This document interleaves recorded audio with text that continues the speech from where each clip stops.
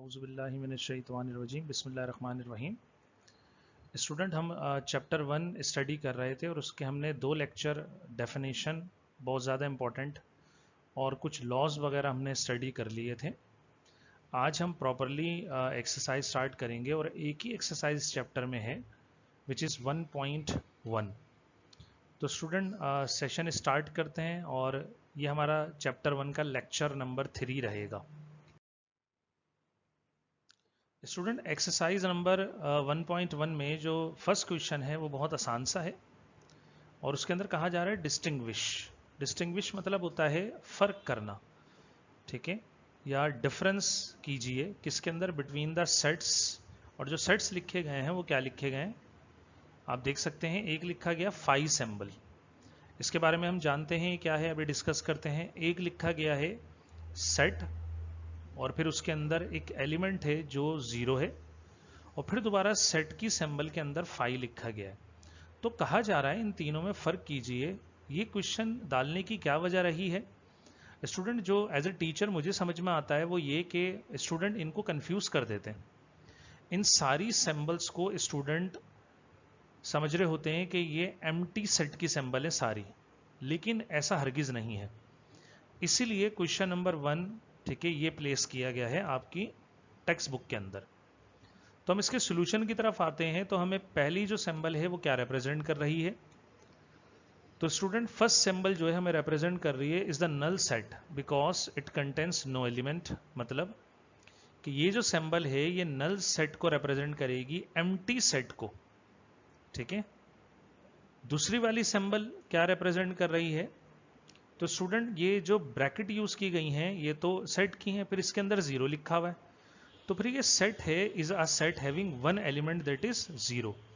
ये एक सेट है जिसका एक एलिमेंट मौजूद है, तो ये एम्प्टी सेट हरगिज नहीं है। स्टूडेंट समझते हैं कि ये एम्प्टी सेट है। एम्प्टी सेट को हम ऐसे लिख सकते हैं, नहीं, गलत है ये, ठीक है। एम्प्टी सेट को अगर आपको लिखना है या तो फिर आप ऐसे लिखें जो पहली सिंबल है, या तो फिर आप ऐसे लिखें कि सिर्फ खाली ब्रैकेट बना दें, उसके अंदर कोई एलिमेंट मौजूद ना हो। इस तरह भी लिखा जा सकता है, लेकिन अगर आपने इसमें कोई एलिमेंट डाल दिया, जैसे 0 भी डाल दिया, तो ये कहलाएगा set having one element which is 0, जो कि हमने यहां पर डिस्कस किया। आगे बढ़े स्टूडेंट, तो ये भी एम्प्टी सेट की, ठीक है ना, सिंबल नहीं है। ये भी स्टूडेंट ऐसा सेट है, is a set having one element that is 5। मतलब ऐसा एलिमेंट, ऐसा सेट है जिसके अंदर एक एलिमेंट मौजूद है जो सिंबल क्या रखता है, 5 रखता है। 5 की वैल्यू हमें यहां मालूम नहीं है। तो स्टूडेंट बहुत आसान सा पहला क्वेश्चन था ये हमारा। आगे नेक्स्ट क्वेश्चन की तरफ हम बढ़ते हैं और इस तरह का क्वेश्चन आप, ठीक है, मैट्रिक क्लास में करके आए हैं। कहा जा रहा है decide which sets are proper subset of the others. बोलने डिसाइड कीजिए कि कौन सा सेट इनमें प्रॉपर सबसेट है दूसरे सेट का। तो स्टूडेंट प्रॉपर सबसेट क्या होता है? किसी सेट का ऐसा सबसेट जिसमें एक एलिमेंट कम से कम हो, वो कहलाता है प्रॉपर सबसेट। और ठीक है, इम्प्रॉपर सबसेट क्या होता है? ऐसा पूरी जो इमेज आ जाती है, मतलब जो सेट है उसी की बिल्कुल एज इट इज इमेज, वो कहलाएगी हमारे पास इम्प्रॉपर सबसेट। अब देखते हैं हमारे पास क्या कहा गया है। कह रहे हैं T is equals to T such that T is are rectangle. यहां जो टी है वो शो कर रहा है किसको? रेक्टेंगल को। सॉल्यूशन, तो student T is a set of rectangle, बिल्कुल है। रेक्टेंगल इज 4 साइडेड फिगर, हमें पता है। मतलब अगर हम रेक्टेंगल की बात करें तो रेक्टेंगल ऐसा होता है कुछ, ठीक है, 4 साइडेड फिगर है। अब वो पूछ रहे हैं क्या ये प्रॉपर सबसेट है या नहीं है, तो हम बताते हैं एंड कॉर्डिलेटरल। अब स्टूडेंट कॉर्डिलेटरल क्या होती है? जो यहां लिखा गया है ये 4 साइडेड फिगर होती है, और अगर आप रेक्टेंगल देखें तो ये भी 4 साइडेड फिगर है। तो एक्चुअली ये रेक्टेंगल खुद कॉर्डिलेटरल से बना होता है। ये रेक्टेंगल है, ये कॉर्डिलेटरल से बना होता है। और क्वाड्रिलेटरल में शर्त नहीं होती कि जो 4 साइडेड है उनकी अरेंजमेंट क्या है, बस हम बोलते हैं एनी 4 साइडेड फिगर क्या कहलाती है? क्वाड्रिलेटरल कहलाती है। ठीक है, तो यहां कहा जा रहा है कि rectangle is a four sided bounded figure and quadrilateral is also a four sided bounded figure, so rectangle quadrilateral T is a proper subset of x. मतलब जो हमें क्वेश्चन में अगला सेट दिया है वो एक्स है। अगर आप बुक फॉलो करते हुए स्टूडेंट इसको पढ़ेंगे तो लेक्चर में आपको कहूंगा कि जब भी आप लेक्चर सुने तो आप बुक को अपने सामने रखिए, क्योंकि बुक सामने होगी तो आपको बाकी पार्ट्स भी समझ में आएंगे। तो हमारे पास जो इसमें फोर्थ पार्ट दिया हुआ है वो, ठीक है ना, दिया है हमारे पास x such that x is a quadrilateral. तो इसलिए ये जो t सेट है ये प्रॉपर सबसेट है किसका, x का, that is t is a proper subset of x। मतलब कि x जो रेक्टेंगल है वो t क्वाड्रिलेटरल से निकल सकता है, तो इससे निकल गया तो ये सबसेट हो। तो स्टूडेंट्स ये आपने खुद से करना है क्वेश्चन, और s इक्वल है हमारे पास जो नेक्स्ट पार्ट है उसमें कहा गया है कि s इक्वल है s such that s is a square. जो s है हमारे पास वो क्या है, स्क्वायर है। तो अब स्टूडेंट्स का सोल्यूशन देखेंगे तो s अगर स्क्वायर है तो स्क्वायर जो होता है is a set of square, so every square is a rectangle. Her square क्या होगा आपके पास, एक रेक्टेंगल होगा। अब स्टूडेंट अगर हर स्क्वायर आपके पास एक रेक्टेंगल है तो S is a proper subset of T। तो फिर ये जो हमें पहला सेट दिया T रेक्टेंगल का, ये उसका सबसेट है। A square is also a parallelogram. अब ये पैरेललोग्राम भी होता है, तो फिर ये पैरेललोग्राम का भी क्या हुआ, सबसेट हो गया। मतलब पैरेललोग्राम का भी क्या होगा, ये सबसेट होगा। So S square is a subset of P। Next है square is also a quadrilateral. तो क्वाड्रिलेटरल तो ये सब होते हैं, मतलब कि स्क्वायर, रेक्टेंगल, पैरेललोग्राम सब ये फोर साइडेड फिगर हैं, क्वाड्रिलेटरल हैं। इसलिए S is a proper subset of X, that is S is a subset of X। Fourth part student अगर आप इसका देखें तो फोर्थ पार्ट में कहा जा रहा है X such that X is a quadrilateral. अब स्टूडेंट जैसे मैंने अभी कहा कि क्वाड्रिलेटरल से स्क्वायर भी बनता है, रेक्टेंगल भी बनता है और पैरेललोग्राम भी बनता है। तो फिर हम ये कह सकते हैं सॉल्यूशन में कि each of T, P and S, मतलब रेक्टेंगल, पैरेललोग्राम और square is a proper subset of x. ये सब के सब प्रॉपर सबसेट हैं एक्स के, क्योंकि ये एस से निकले। अब आते हैं स्टूडेंट क्वेश्चन नंबर 2 की तरफ। तो हमारा जो नेक्स्ट क्वेश्चन है स्टूडेंट वो क्या है, उसमें कहा जा रहा है कि write down all the subsets of. हमें सबसेट बनाने हैं किसके, X, Y, Z and T के, and find the power set of 4, 8 and 12। तो स्टूडेंट पावर सेट भी सबसेट का सेट होता है, और अगर हम एक्स, वाई, जेड, टी का सबसेट बनाना सीख गए तो 4, 8 और 12 का पावर सेट बन जाएगा। लेकिन क्वेश्चन यहां ये रेज होता है स्टूडेंट के जो सबसेट बनेंगे इसके वो कितने बनेंगे। मतलब एक्स, वाई, जेड, टी ये 4 एलिमेंट हैं, तो 4 एलिमेंट के मैं कितने सबसेट बनाऊंगा, तो इसका एक फॉर्मूला है हमारे पास।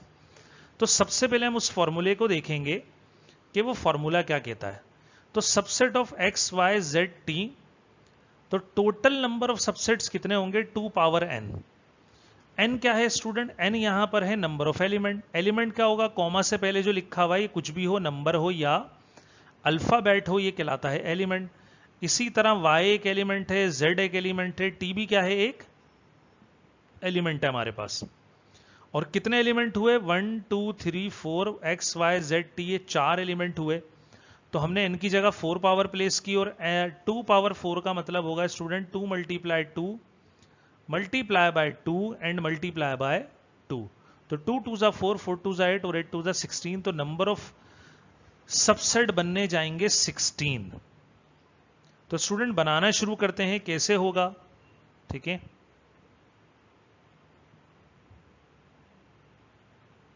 सबसे पहली लाइन में हमने जो सेट बनाया है स्टूडेंट, कैसे बनाया है, तो जैसे मैं समझा रहा हूं आप ऐसे ही याद रखिएगा। सबसे पहले हमने यहाँ सेट बनाया एम्प्टी सेट। तो स्टूडेंट एम्प्टी सेट में ये ब्रेसिस नहीं आते क्योंकि हमने क्वेश्चन नंबर 1 में यही पढ़ा। ठीक है, तो फाई, ठीक है, हमने पढ़ा है कि एम्प्टी सेट जो होता है is a subset of every set, ये हर सेट का सबसेट होता है। तो सबसे पहले हम क्या बनाएंगे, एम्प्टी सेट। फिर जो पहला सेट बन सकता है वो क्या हो सकता है, इंडिविजुअल, मतलब x का अलग, y का अलग, z का अलग और t का अलग अलग। तो हमने x का एक अलग सेट बनाया, y का अलग, z का अलग और t का अलग। फिर हम पेयरिंग करेंगे स्टूडेंट। पेयरिंग कैसे करेंगे, हम पेयर बनाएंगे x2y, x2z एंड x2t। तो यहां देखिए x2y, x2z, x2t। फिर हम x को लेफ्ट करेंगे, ठीक है, तो फिर हम y का पेयर बनाएंगे आगे वाले एलिमेंट्स के साथ, मतलब y2z, y2t। इसके आगे कुछ नहीं है तो नेक्स्ट नहीं बनेगा, तो हमने बनाया y2z, y2t। फिर हम y को भी लेफ्ट करेंगे, z का किसके साथ बनाएंगे, t के साथ। तो एक हमारा सबसेट बना, ठीक है, z का t के साथ। अब t अगर सेट करते हैं स्टूडेंट तो इसके आगे कोई एलिमेंट है नहीं, अगर पीछे का बनाएंगे तो रिपीट हो जाएगा, वो सेम सेट होगा, और हम सेट रिपीट नहीं करेंगे। अब मजीद आगे कैसे बनेंगे स्टूडेंट, मैं यहां पर दोबारा इसको ड्रॉ करता हूं। हमारे पास जो एलिमेंट है वो क्या है, x, y एंड z है, और अगला क्या है स्टूडेंट, t है। तो जैसे हमने 1-1 पेयरिंग की थी, अब 2-2 पेयरिंग करेंगे, मतलब x y का, ठीक है, z के साथ एक सबसेट बनेगा, x y का किसके साथ बनेगा, t के साथ बनेगा। तो एक हमने सबसेट बनाया x y का z के साथ, x y का t के साथ।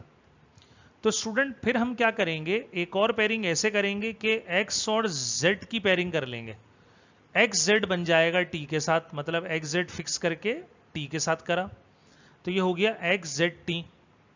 और एक ऐसे हो सकता है स्टूडेंट, अगर हम यहां मैं कलर चेंज करता हूं, अगर हम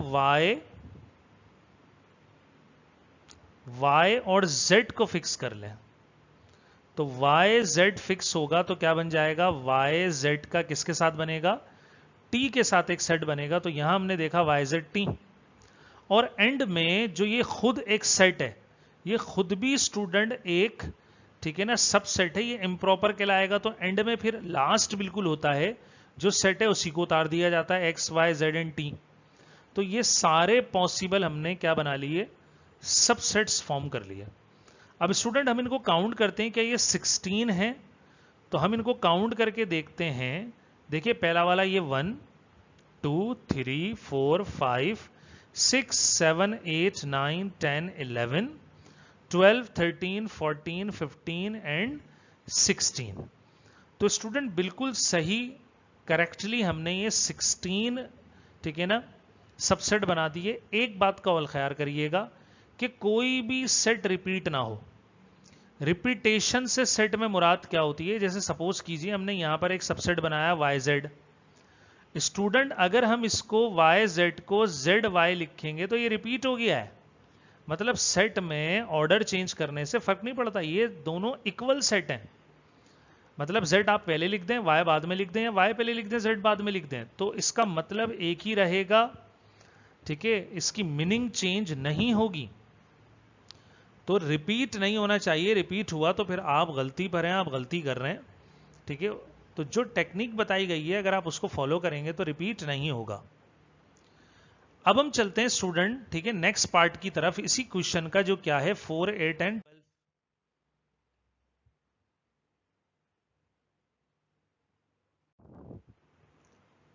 तो स्टूडेंट नेक्स्ट क्वेश्चन की तरफ बढ़ते हैं, और नेक्स्ट क्वेश्चन हमारे पास है power set of S 4, 8 and 12। इसके क्या बनाने हैं, हमें पावर सेट बनाने हैं।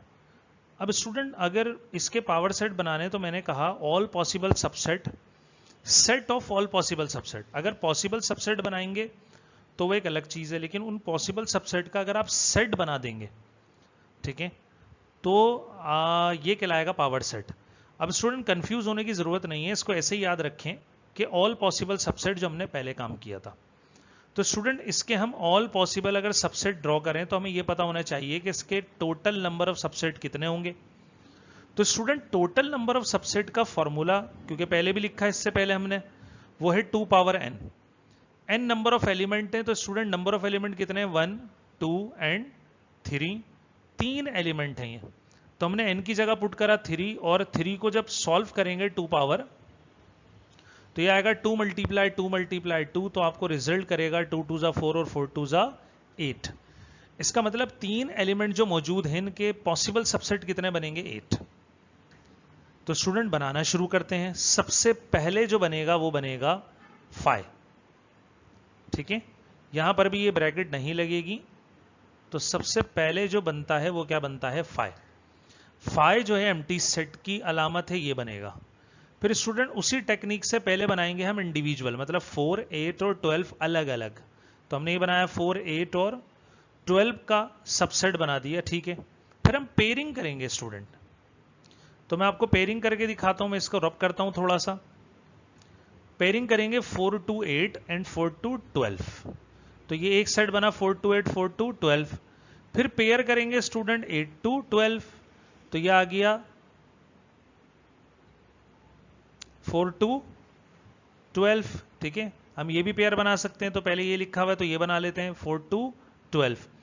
उसके बाद 8 to 12 ये एक पेयर आ गया स्टूडेंट। ये तकरीबन सारे 2 2 के पेयर हो गए, तीसरा कोई नहीं बचा, थर्ड कोई नहीं बचा। तो फिर एंड में हम इसी सेट को एज इट इज लिख देंगे, ये कहलाएगा इम्प्रॉपर सबसेट।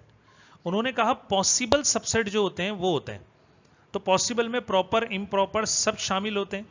तो एंड में इसी सेट को ऐसे ही उतार दिया जाता है। स्टूडेंट 2 चीजें ज्यादा भूल जाते हैं, पहले एम्प्टी सेट लिखना और एंड में जो सेट गिवन है उसको लिखना।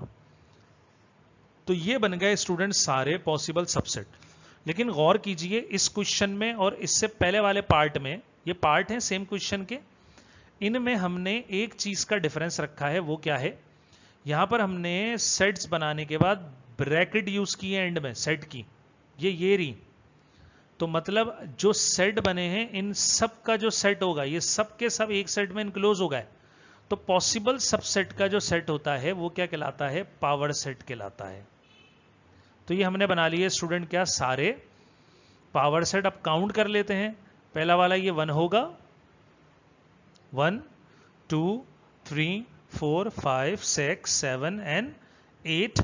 तो बिल्कुल करेक्ट है ये, क्योंकि पॉसिबल जो सबसेट बनने थे वो 8 बनने थे और हमने 8 पॉसिबल सबसेट सक्सेसफुली क्या कर लिए, बना लिए। स्टूडेंट नेक्स्ट क्वेश्चन की तरफ आते हैं, और वो है हमारा क्वेश्चन नंबर 6। इंटरेस्टिंग है स्टूडेंट, इसको करने में भी मजा आएगा हमें, ठीक है। कहा जा रहा है which of the following sets are null sets, इनमें से कौन से सेट नल सेट हैं, ठीक।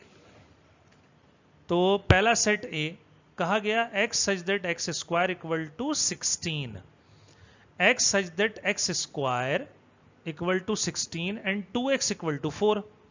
मतलब एक्स स्क्वायर 16 है और 2x किसके इक्वल है, 4 के इक्वल है।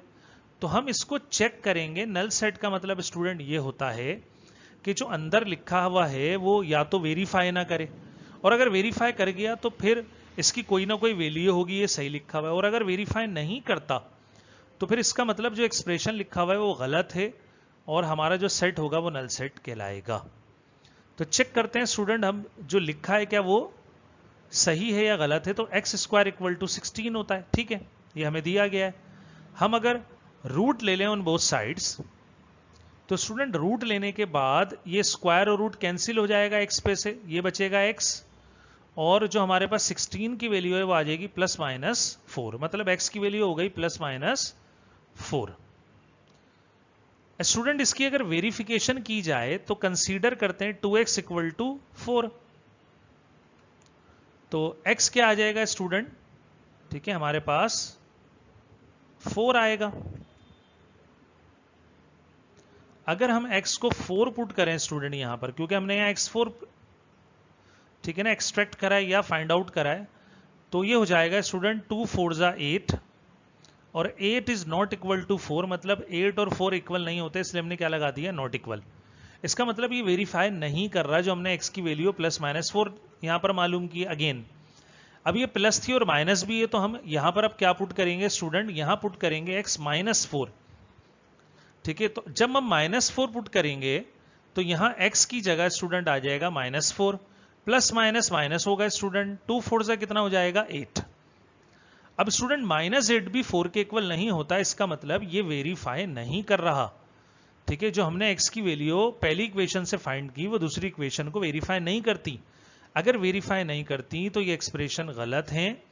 ये एक्सप्रेशन वेरीफाई नहीं कर रहे तो हमारे सेट में वैल्यू नहीं आएगी। So there is no number to verify the condition, condition को वेरीफाई नहीं कर रहा, hence A is a null set. तो इसके अंदर कोई वैल्यू नहीं होगी, ये क्या होगा हमारा नल सेट होगा। स्टूडेंट इसी क्वेश्चन का एक और पार्ट भी है। ठीक है,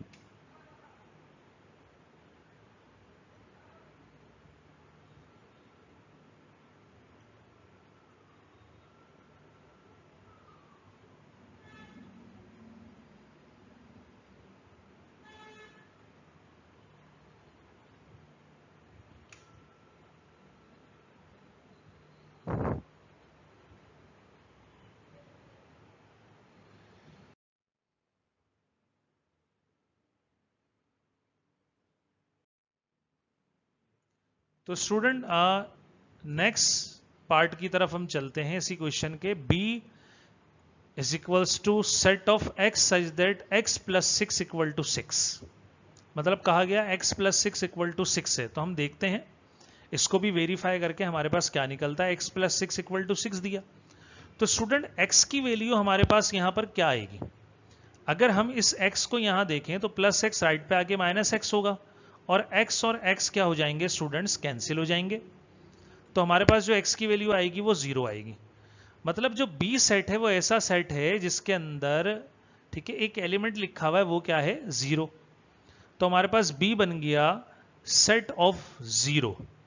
अब स्टूडेंट ये एम्प्टी सेट तो नहीं है, क्योंकि ये हम डिस्कस कर चुके हैं कि ये एक ऐसा सेट है जिसके अंदर एक एलिमेंट आ गया है, और वो एलिमेंट क्या है स्टूडेंट 0 के बराबर है।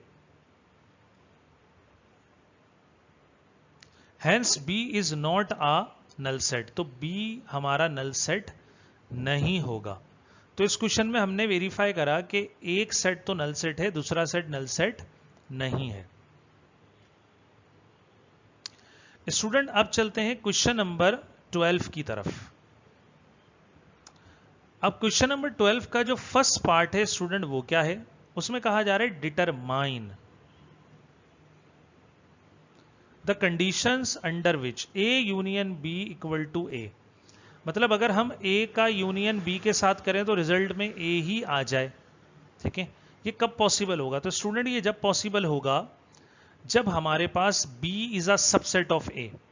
मतलब कि B is a subset of A, every element of B of set B is an element of set A। मतलब हर एलिमेंट जो होगा B का वो A में मौजूद होगा।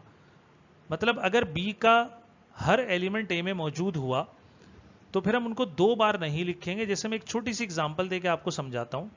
जैसे सेट A है हमारे पास 1 2 3, और सेट B जो है वो है हमारे पास 1 2।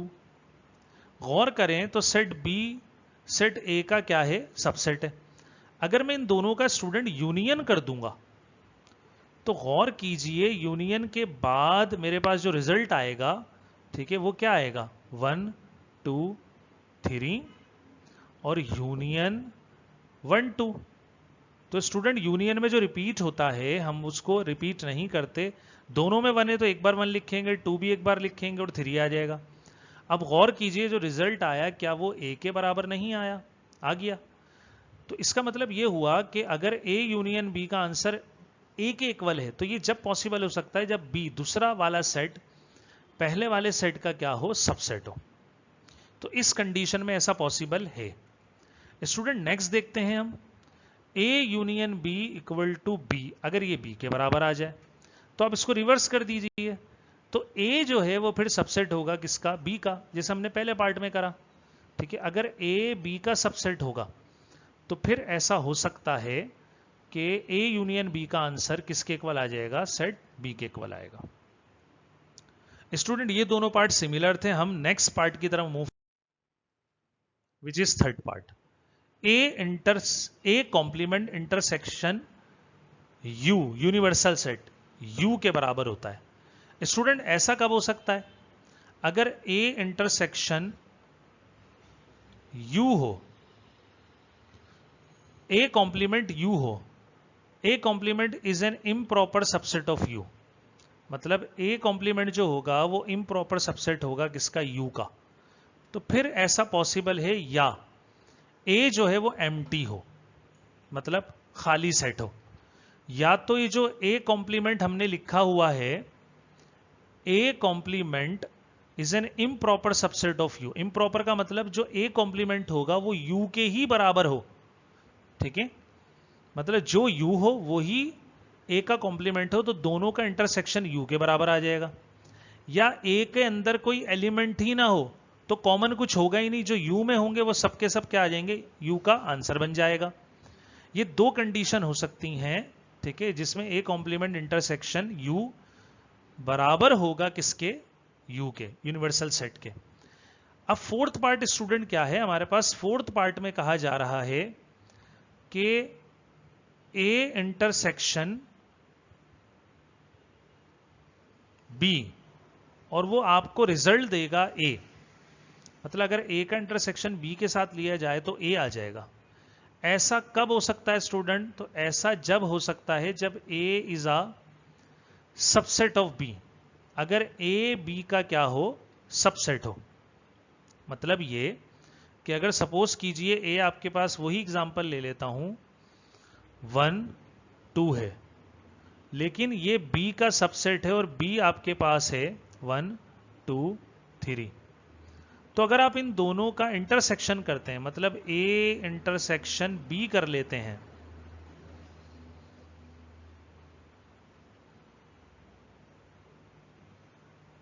तो आपके पास आएगा स्टूडेंट A1 2 हो गया, इंटरसेक्शन B क्या हो गया? 1 2 एंड 3। अब स्टूडेंट कॉमन क्या है? 1 है और 2 है, ये कॉमन है। तो गौर कीजिए क्या दोबारा A के इक्वल नहीं आया, क्योंकि 1 2 सेट A है। तो ऐसा जब हो सकता है जब A क्या हो? ठीक है, सबसेट हो किसका? B का। तो ये पॉसिबल जब हो सकता है। स्टूडेंट आज का लेक्चर यहीं तक रखिए, इंशाल्लाह नेक्स्ट लेक्चर में हम इस एक्सरसाइज के मजीद क्वेश्चंस देखेंगे। तो जब तक के लिए स्टूडेंट्स, अल्लाह हाफिज।